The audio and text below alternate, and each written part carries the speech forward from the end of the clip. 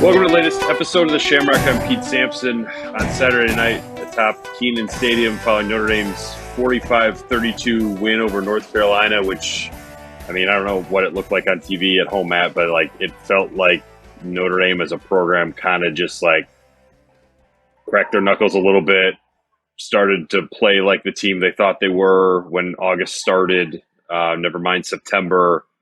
And after kind of a few weeks of everything being about the first this, the first that, for Marcus Freeman, this felt like kind of the first step forward for the program post Brian Kelly. Yeah.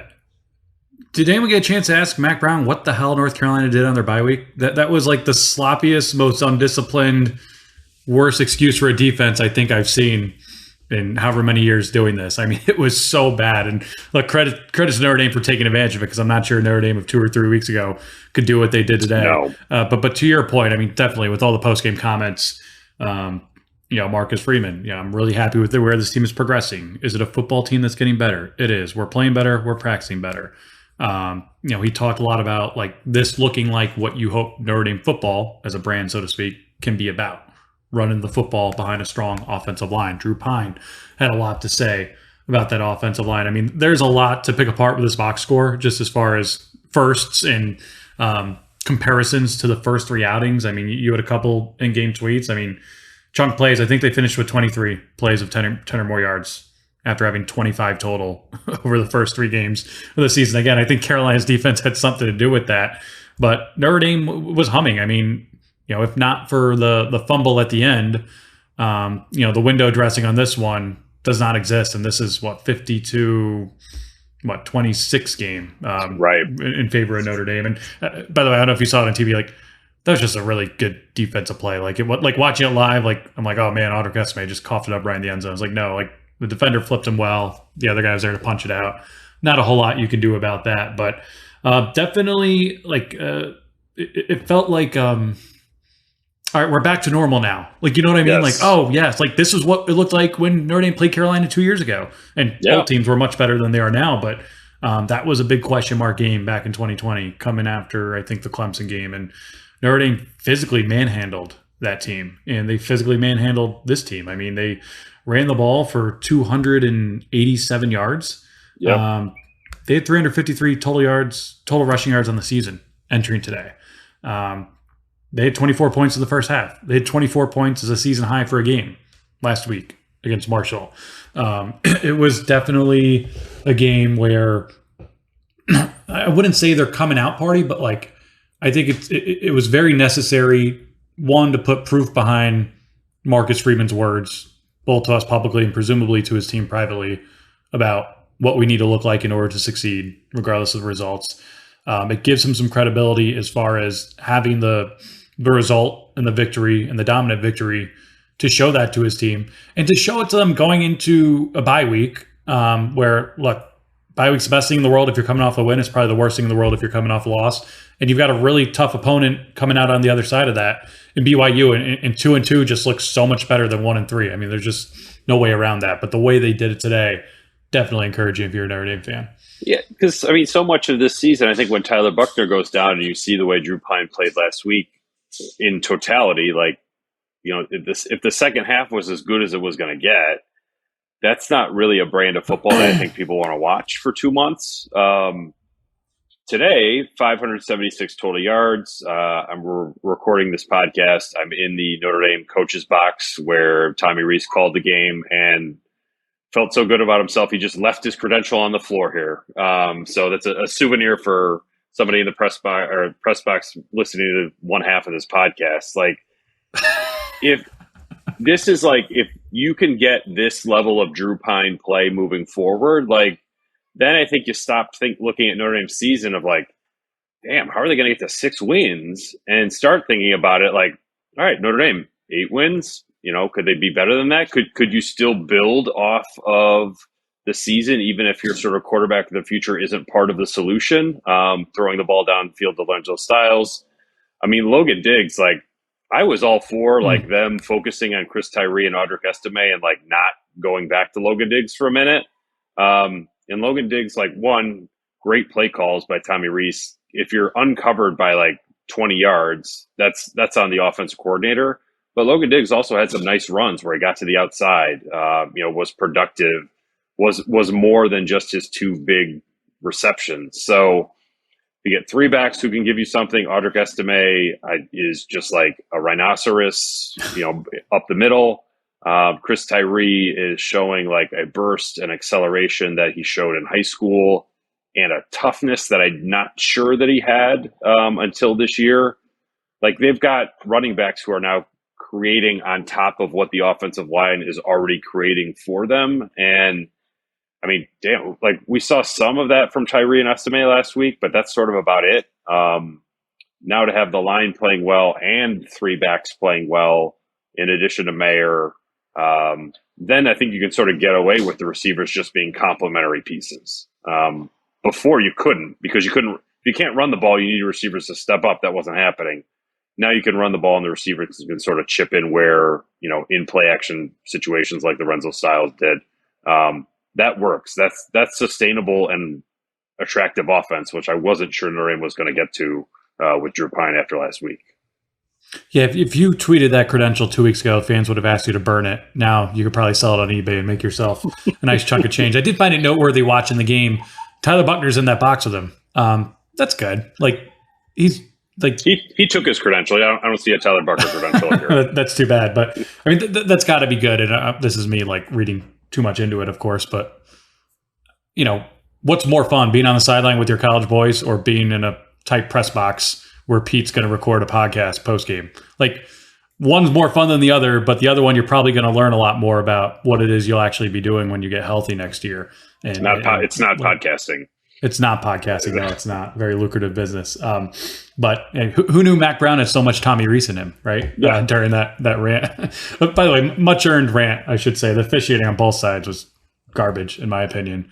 Between that pass interference call, the celebration penalty for spinning of the ball, yeah, and then Dan Orlovsky was all over them for the targeting call. I appreciate Marcus Freeman. He got asked about it, and he was like, "It doesn't matter whether it was right or wrong. Like, this is the same guy who's done it 2 weeks in a row, and we've got to basically coach that out of him because we've now lost a full game of one of our captains, 5 games into the season." So I think he took a mature response to that, but not a great day for the Zebras. But to your point, I mean, Audric Estime, 134 rushing yards, first career 100-yard game for him as a rusher. Logan Diggs, 115 between rushing and receiving. Chris Tyree, 104 between him rushing and receiving. 7 different players caught receptions, a season high for Notre Dame today, and that did not include Estime, who I believe was their second leading receiver, at least in terms of receptions last week. It was the offense that we'd all been waiting for. There's a lot of Harry Hiestand love in the post-game press conference, and there was a remark about Drew Pyne sharing a moment with him, which that's new for me. I don't remember Harry Hiestand having a warm and cuddly relationship with his quarterbacks, both with the Bears and at Notre Dame. But that's an encouraging sign that they're kind of all in this thing together. Third down. Definitely did with Tommy Reese. What's that? He definitely did with Tommy Reese, the player, since he came to work for Tommy Reese, the coach. Fair enough. 8 of 14 on third downs. Like, when you talk about Notre Dame football and running the ball, like, those are the things you need to do. They were 10 of 38 on third down in the 3 games coming into this. Well, that's huge. That was one of the stats I tweeted out during the game, is just like, on third downs needing 4 yards or more, they had been converting at 10.7%. And I think in the first half, actually, I think it might have been early into the fourth quarter. I want to say they were like 5 of 6. So, I mean, they just had nothing working for them when they needed more than 9 feet.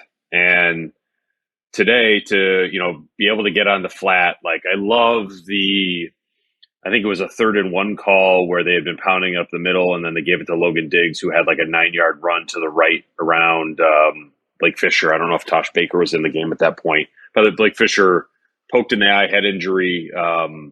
I think he'll be fine. DJ Brown was a hamstring. Kevin Bauman out for the year with the ACL. That was sort of like the injury update for Marcus Freeman after the game. But point being, like, it was more creative play calling. They were able to hit North Carolina sort of wherever they wanted to hit them. And I realized, it's Gene Chizik and Mac Brown and a program that's not known for playing defense at all. But Notre Dame was not known for playing offense this season. So something had to give there, and it was North Carolina and not Notre Dame. So I think it gives Notre Dame like some real ground to stand on and say like, hey, this is there are parts that might not work as well against real defenses, but there are parts and identity that popped up today here in Chapel Hill that like to date we had only seen like in very brief flashes against Cal in the second half. That was it. So to me that's significant. I mean, the Gene Chizik remade defense, I just can't get over how bad they are, because they hired him in 2015 to fix their defense, and they damn near won the ACC and made the playoff that year. Like, the guy knows what he's doing. It just isn't working right now for Carolina, and Notre Dame was able to take advantage of that. I mean, I think we may have judged them a little too harsh last week, Notre Dame, that is, against Cal, given what happened in the 2 weeks leading up to that. I mean, just looking at some numbers after the fact, I mean, that was just – Cal's a good defensive team. That was only the fifth time in their last 27 games they've given up more than 21 points, and Notre Dame scored 24 with a backup quarterback. So I think when you asked Marcus Freeman, and I believe you asked a couple of players this postgame about, like, you didn't want to lose and start off the way you did, but because you did, were you able to coach them out of certain habits? Were you able to teach them certain lessons that they otherwise would not be able to learn? And I think we're seeing that with this team right now. I think, the game goes final. ESPN puts up the graphic of Notre Dame's schedule. And, at least personally speaking, like, I go from 2 weeks ago, oh my God, they lost to Marshall. Who are they ever going to beat? To, hey, they just put up 576 yards of offense after putting up 901 in 3 games total coming into this game. Look at that schedule. Yeah, Clemson's scary. Yeah, USC is scary. BYU, probably a toss-up. But, like, I'm not scared of BC, Navy, Stanford, you know what I mean? Like, after seeing Notre Dame look like the Notre Dame I'm used to seeing and that I expected to see this year, like, and again, like, crazy stuff happens as we've seen this year. 8-4. I would have probably laughed at that a week ago, even after the Cal win. Right now, I'm like, oh yeah, 8-4. Like, well, you probably would have laughed at it 3 weeks ago, but for completely different reasons, right? Oh, like, I would have laughed at a winning record 3 weeks ago. I mean, if you can't beat Marshall. I'm saying 4 weeks ago, like when we were recording the post-game podcast after Ohio State. Oh, yeah. The idea Notre Dame was going to go 8-4 seemed ridiculous. And then a week later, when they lost to Marshall, the idea Notre Dame was going to go 8-4 seemed ridiculous, but it was a different kind of ridiculous.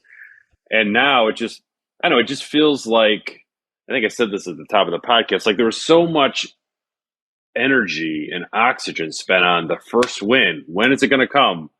Marcus Freeman, first coach to start 0-3 at Notre Dame, almost the first season to start 0-3 since 2007. There was just like a lot pent up in that. And then today just sort of felt like the first step beyond. It's weird because it felt like the first step beyond that, but also familiar to like what Notre Dame has been over the last 5 years, right? Like somehow it felt like moving beyond Brian Kelly, but at the same time, like a return to how Notre Dame used to play all the time when Brian Kelly was the head coach. They just like would beat the crap out of you. Maybe they'd give up some junk late, but like physically dominant. And Notre Dame was physically dominant today against North Carolina.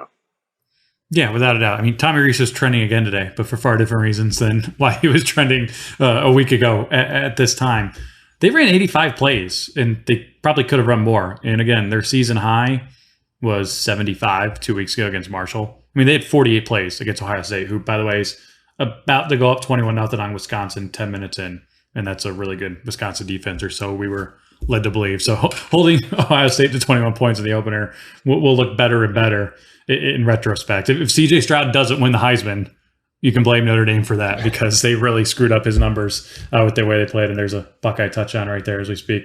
But no, I mean, it just felt familiar. It felt the way it was supposed to feel. And it felt the way that everyone we talked to, I mean, I know who I talked to, and I think you had the same kind of feedback as well.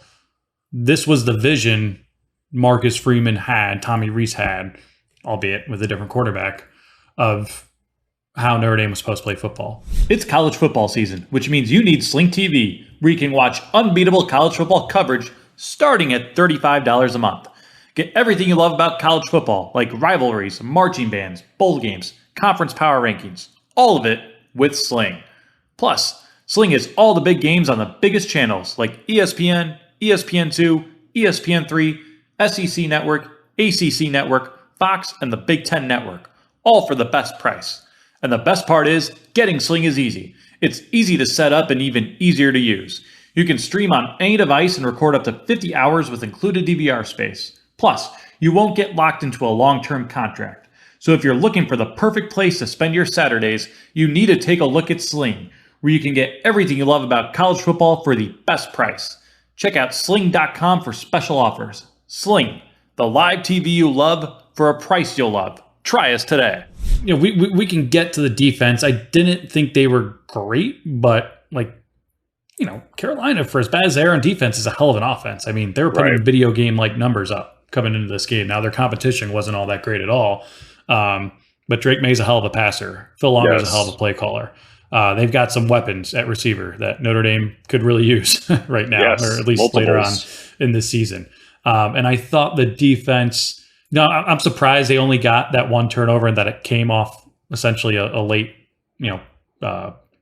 fumble by Drake May after a sack. Like, I thought coming in the game, I know you picked Carolina, right, to win a close one? Like 28-24. Yeah, I think it was about that.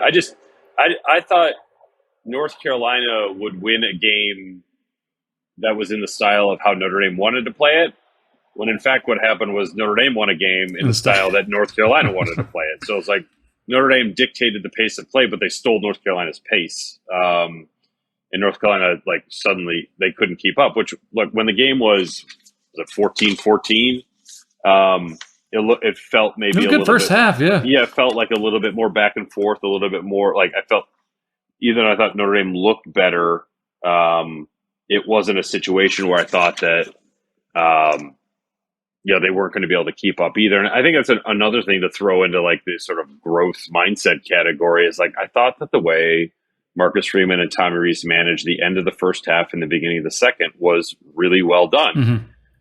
They score a touchdown to go up, I think, 21-14. They get a 3-and-out. They sort of milk the clock. They milk the clock in that drive, then get a 3-and-out. So North Carolina is not playing with a whole lot. You have to get a quick sudden change to get the ball back. They do. It looks the offense looks very crisp, very functional, just what good offenses look like. They go down and kick a field goal, banking on the fact that right after halftime they get the ball. They're going to be able to go down and score again. That's what they do. So it's the game ended in sort of that 8-minute stretch, 4 minutes of the end of the first half, or maybe even less than 4 minutes of the start of the second half, where Notre Dame was suddenly up, I think, 31-14. And I think for the last 3 weeks, there's been moments at the end of halves where you're just what are they doing here?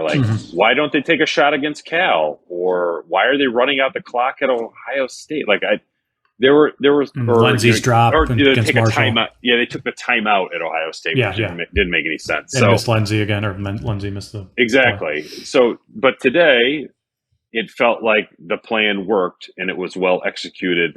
From a strategic coaching point of view, which goes above and beyond sort of the offensive line playing better or the defense playing better. It just felt like a well-organized machine. There was one team that was well coached, and it wasn't coached by the guy who's won 270 games in a national championship. It wasn't coached by the guy whose defense coordinator has won a national championship. It wasn't coached by the offensive coordinator, who I think is sort of seen as an established big name in the industry. It was Marcus Freeman, Al Golden, Tommy Rees. They were the ones that won the coaching battle. It wasn't. I mean, can you imagine if Marcus Freeman got a sideline conduct penalty? How much time we would spend on that? I mean, I didn't think, but you look at the context of that situation. One, it was an egregious call. Two, you want to fire your team up. Three, it goes from first and goal at the 1 to first and goal at the half-yard line. I don't think. It was good for TV, but I don't think he cost his team anything by doing it. I think it was screw it. I think he cost his team something in the sense we and maybe there's no causal relationship to this. The fact that you have a cornerback drilling Audric Estime out of bounds and then hitting a teammate in the head and a play later, you have a linebacker, I think, hitting Drew Pyne out of bounds. Like, North Carolina went from like shaky discipline to no discipline right when Mac Brown lost his stuff. And I mean, think, I see what you're we getting all like with Mac Brown, but like, my point more is like, if Marcus Freeman had done that, he would be getting destroyed right now. Well, but Tommy Rees did worse last week, and Notre Dame responded well. Well, he didn't get a penalty. No, but like he went viral, and like their T-shirts right? made now. Like if Drew Pyne melted down, somebody was like, "Hey, Tommy Rees, do your effing job," and it was like one of his friends because he went No, I mean it's like Barstool selling shirts now. It's a rallying cry because it worked. But like, I get what you're saying fundamentally, but like to me, that was such an egregious call that I wouldn't say ruined any chance of North Carolina winning this game, but sure as hell like sank the win probability. Like that was a big fourth down stop that the officials, in my opinion, screwed up by throwing a late flag. And I don't think that penalty, like you didn't lose yards on it. It was first and goal from the one, first and goal from the one. Like, you're right. Like strategically, you're right. I think sort of in the sort of vibe of the game, North Carolina became sort of unhinged in that moment. So maybe, I think maybe we both have points on that one, but it was just, but I mean, the bigger thing here is like, I thought that the organization of Notre Dame, how they managed the end of the half, the start of the half, I think until maybe the targeting penalty, they had one penalty for 5 yards in the entire game. No real operational errors. I mean, I think there was one false start, if I'm not mistaken. But last week there were 4 by halftime. And I mean, and they were killers because it seemed like every false start was on a 3rd and 3 that turned into a 3rd and 8 that Notre Dame couldn't convert. So it just felt like a clean game played by a team that was well prepared and well coached. And that is all significant progress for a first time head coach. It would be stuff that we wouldn't even mention if this was last year and Brian Kelly was the head coach. I mean, but he's not. Like they have a new guy that has to do all this stuff for the first time. We made the joke last week about winning is hard. I made the joke plenty of times in real time. What's that? He even said it after the game last week. I know. That's why it was doubly funny.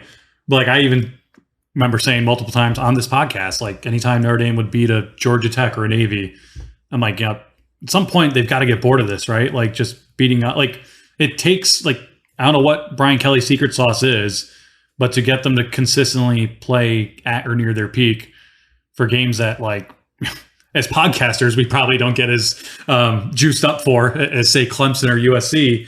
Like there's something to be said for that. And to that point, I mean, I'm watching this game on TV.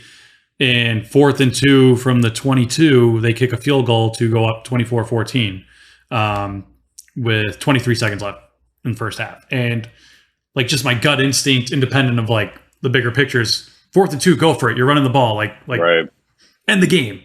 Even though that's like a fan's reaction, that's not a sound reaction when you can go up 10 and get the ball back and know the way you're moving the ball. But I think even the announcers were like, I'm surprised they're not going for it here. Like winning can be boring. Like take the 3 points, go up 10. Because it all fit into getting the ball first in the second half. Like if they didn't, I might have felt differently about that. But it just felt like a cohesive plan that wasn't just like the next play. It's like one thing built on another. As I remember, I talked to Drew Pyne after the game and asked him a little bit about. I think it wasn't the touchdown to Logan Diggs. It was the first one where he found him on the sideline to his right, and he said like that was a direct byproduct of they ran naked to the outside, and Drew Pyne didn't look for Logan Diggs. He was looking for something else. I don't know what happened on the play, but like upstairs they spotted like, wow, North Carolina's linebackers don't follow the running back into the flat that way. So like, let's come right back to that. And sure enough, they found it.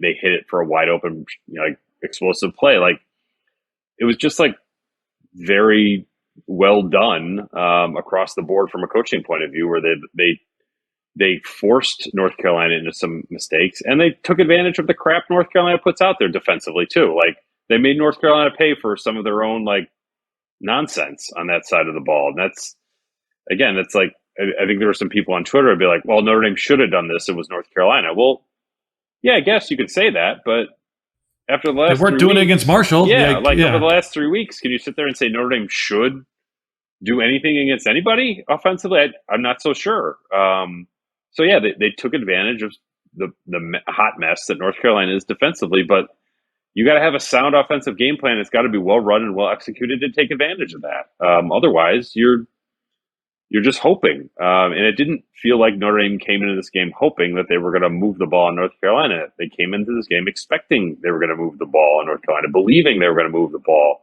in North Carolina, and it just looked like a very well run operation today, and that's a big step forward from the last 3 weeks. Just one punt. Like, that's pretty darn good. What am I going to do with all these John Sott quotes I was saving for the bye week? Like, now I feel like John Sott is just an afterthought after today. How it should be, with all due respect to John Sott. God. Michael Mayer had one of the more impressive 7-catch, 88-yard days I think you'll see. Like, I'm like refreshing this box score to make sure that's correct, because it felt like he had so much more than that. Yeah. Well, it's the touchdown that wasn't, because, like, again, he stepped out of bounds. But it just felt like a big brother, little brother play in the end zone. I think it was Storm Duck was the corner he was matched up with, like, just sort of toying with people. I also don't understand how Cal and Marshall can leave him uncovered multiple times. Like, just, I don't care what threat you think Notre Dame's wide receivers are posing down the field on deep shots. Leaving Michael Mayer uncovered trailing underneath is never a good idea. Like, that makes no sense whatsoever. But so North Carolina did, and Drew Pyne took advantage. So it's, what did you think from the TV point of view of the way Pyne played and managed the game? Because I thought that he was much more than a game manager today, I thought, which is that's a pretty big step from last week. Definitely, especially when you look at you've got 8 games left this year. I thought he was good. Like, he had an egregious miss to Michael Mayer, I think, at the end of the first half on the right side with less than a minute left. Mayer was wide open down the sideline, and he just completely underthrew him. Oh, yeah, he was running. It was like, he was fundamentally off on the throw. It was really bad, and it gives you, like, at that point, I think it's a 3-point game, and Carolina's moving the ball, and you're getting flashbacks to last week. But other than that, I thought he played extremely well. I mean, they had how many straight running plays in the fourth quarter? They threw one pass in fourth quarter. I think it might have been one too many, given the way they. I think it was 13 runs and one pass in the fourth quarter. I have to go back and double check my stats on that, but they're only in position to do that because he made the throws he needed. Right. Yeah, he seems like a very good quarterback within the structure of a run first offense. You would never ask him to run the offense that Drake May runs. And like, the reason I thought North Carolina would win the game is Drake May had more like physical ability than Drew Pyne, which I think you saw. Like, the arm strength there is pretty next level. But Notre Dame got after him, and he did not have the benefit of a run game at all. I thought that Notre Dame defensively did an excellent job after the first drive of taking away Drake May, the runner. But I thought they did an excellent job in the entire game of taking away North Carolina's running backs. Like, they were no threat at all to do any damage on the ground. It was all sort of Drake May on that first drive, and then their Omari and Hampton 10 carries for 28 yards. Drake May finished with 13 carries for 36 yards. He was sacked 3 times. I think that sort of belies how effective he was at the beginning of the game. But for team wise, North Carolina 28 carries for 66 yards. Like, that's a real good stat for Notre Dame's rush defense, which I think I had been a little bit. I just wanted to see more from over the last few weeks. Like, it's not like they had played poorly. I just wanted to see them play really well. They played really well tonight. It's, Drake May, he finished 17 of 32 for 301 yards and 5 touchdowns. Right. Like, you look at that box score, it's like, wow. The dude has got some skills, but it's like garbage time stuff at the end. You see all the physical ability in the world is there, but was not able to put it all together in a winning effort. And so much of that has to do with Al Golden and the defense and the way they played tonight. They did an excellent job. You had to write a prediction. I thought Notre Dame would go. If people ask me who I thought would win this game, I said Notre Dame. And look, sure as hell wouldn't put any money or trust these guys with my money, at least coming into today. But I thought they'd win because I thought they'd found maybe something to build off offensively in the second half of last week. And I thought this was the perfect opponent to continue to build that on. But really what I thought was, to your point, like that front seven played really good last week. The pass rush got home. I thought they were going to get better. And I just, a lot of times turnovers are luck. The fact that they came into this game without any turnovers, I just thought today was going to be the coming out party for the defense, as far as they'll get a couple picks. They'll come up with a fumble recovery in the red zone. Do a couple things, get a few ball bounces going their way, in a way they hadn't all year, and what was pretty much the opposite of the last drive of last week, where it looked like they had two different turnovers that would have ended the game. Like, I just think in football those things come around, and they still haven't for Notre Dame's defense, which I think is encouraging, because again, it's going to happen eventually. That dam's going to break, and that's going to make this team more dynamic. But that was my thinking coming in. Like, yeah, Carolina's got a good offense, but their defense is terrible. Notre Dame will move the ball. And I think a Notre Dame, takeaway or two will ultimately decide it. Obviously, it played out much differently than that. But the idea that if Estime holds onto the ball going in the end zone and they finish, it's 52-26. Like, if you had said that was going to be the final score, I was like, all right, give me a break. Like, I didn't think Notre Dame had like 52 points of offensive efficiency within its game plan. On top of what you just said, right? Like, there was nothing cheap about it. There was not a pick six, not a scoop and score, strip sack, no special teams, field flipping plays. It was just the offense going out and running it down North Carolina's throat, and Drew Pyne being a very efficient throwing when he had to throw it. And like this game felt much more like a 28-point margin of victory than the 13-point margin of victory that I'm staring at across the way here. It just felt like the performance was better than the final score. And the performance was much more indicative of a 4-touchdown win than a game where an onside kick would even be bothered with. But Bob Lachuse was on the call. He called the Jets' miraculous comeback last week, and I'm thinking, man, this guy's seen some crazy stuff happen within the last 7 days. I wonder what's going through his mind right now. Michael Mayer, by the way, had coming into the game, this surprised me. I don't know if it would have surprised you. He had 15 catches for 145 yards and 2 touchdowns, which, however I felt about his box score of today, I feel the opposite about his season box score coming into today. Like, it just felt like he hadn't been used nearly as much as he should be given his talent, even though those numbers are pretty good, all things considered. Whereas today, it just felt like he was making plays left and right. And he was, to an extent. And Marcus Freeman, to his credit, post-game, basically said, if we're not doing everything we can to get the ball in 87's hands, we're doing it wrong. Tonight they had a jet sweep play, a pass motion. You never, ever, ever see that happen. I don't know. I've never seen that happen. I've never seen a tight end take a motion pass like that before. Maybe Wisconsin, where all they have are fullbacks and tight ends, and they kind of interchange with each other. The last time I was here when Ben Skoranek had an end-around pass, and I asked Brian Kelly after the game about it, and he's like, he had to score, otherwise people like Pete Sampson are going to give me crap about it. It's just it was just creative play calling. And that is one of the things I think has sort of been lost a little bit on with Reese. It's if you have very little at the receiver position, it's pretty easy to key on one guy. The fact that teams have a hard time figuring out where Michael Mayer is and where he's going is a credit to the guy who's calling him open, being Reese. So I think that's just yet another part of today's game that, Reese did a really, really nice job. But I think he's done a good job of that. Certainly, like last week when Pyne overshoots Mayer in the first half, or you mentioned him missing him on the sideline here.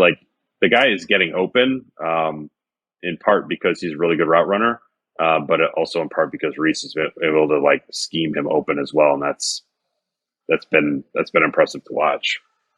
30-13 time of possession 5 minutes better than last week, which I believe was the only one this year where they actually won that battle, which again is a battle we are used to seeing them win, and a battle they obviously will continue to build off during the bye week and going into Vegas in 2 weeks. What are your bye week plans, Mr. Sampson? Are we going apple picking together this weekend, or what are we doing?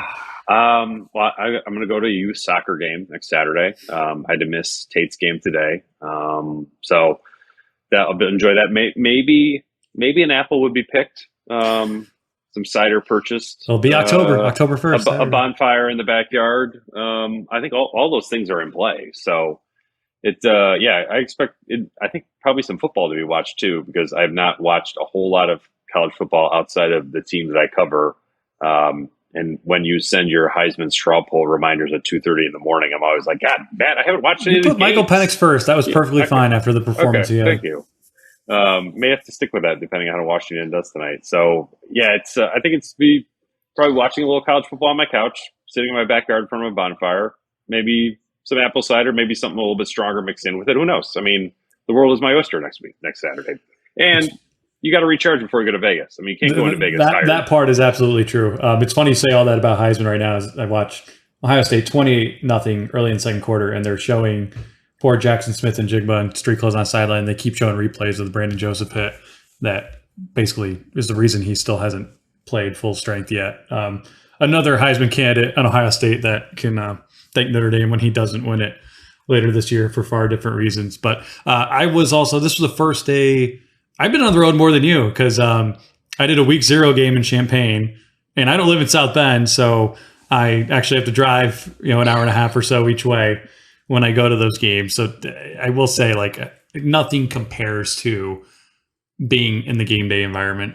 I don't care who's playing, but boy, did I get a lot done today as far as story ideas and keeping tabs on all the games and working ahead toward next week and coming up with bye week plans. And yeah, I mean, I'll be in Vegas, so we will definitely need to recharge for that one. We will have shows this week. You might even hear from a guy you just listened to for 3 hours calling the game, depending on schedules, as a special guest. But we'll see. It's weird. It's early bye week, very early. They usually, with this independent schedule, get. This may be actually the first time in Notre Dame history that the bye week is not coming at a good time. a standard question for every bye week, but I just don't think it's the case. I think if Notre Dame after tonight or after today and tonight would prefer to just sort of keep going. I think they finally have figured out, not that they figured out who they are, but they showed who they thought they were the whole time.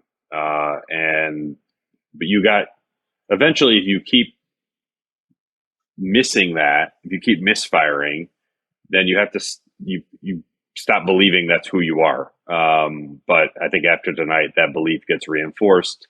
I think Marcus Freeman's belief in himself gets reinforced a little bit. So, I mean, it's a very significant win for reasons beyond Tommy Rees, beyond Drew Pyne, beyond Al Golden. I think it just feels like a program that kind of got back in gear, maybe a little bit later than people wanted, but got back in gear. And where I was sort of asking Marcus Freeman about that after the game was essentially the crux of the question was never waste a failure, which is a Nick Saban saying. They did not waste the last 3 weeks. They didn't wallow in the last 3 weeks. They figured out how to dig themselves out of the hole that they created. And that's good coaching. That's good program management. I think, Marcus Freeman should feel really good about where things stand right now, even though they're still playing a backup quarterback. They still have some questions at receiver. I think their secondary is going to get stretched more and more throughout the season, but there's a lot for Marcus Freeman to feel good about going into the bye week. Absolutely. That's all I've got from here. Look forward to hearing from our guests and our listeners later this week. We'll have some good stuff this week. I know it's a bye week. I know there's no media access, but boy, everyone's just in a better, calmer, less tense mood right now than they were even after the win last week. Yeah. No, I feel better too. It's just it's going to be a much more enjoyable bye week for the media on top of the fan base and the football program. So on that note, I'm going to get to writing here at up top Kenan Stadium after Notre Dame's 45-32 win over North Carolina. It gets Notre Dame to 2-2, gets Marcus Freeman his first road win, but much more importantly, sort of gets the program back to 500 from a record point of view, but I think gets them a few steps beyond that in terms of just like its overall mentality and confidence. So pretty significant stuff here from North Carolina as the Irish physically manhandled the Tar Heels 45-32 to move to 2-2 on the season. Thanks for listening to this episode of the Shamrock. We will definitely be back during the bye week with our next show. So until then, he's Matt, I'm Pete. Thanks for being with us on the show.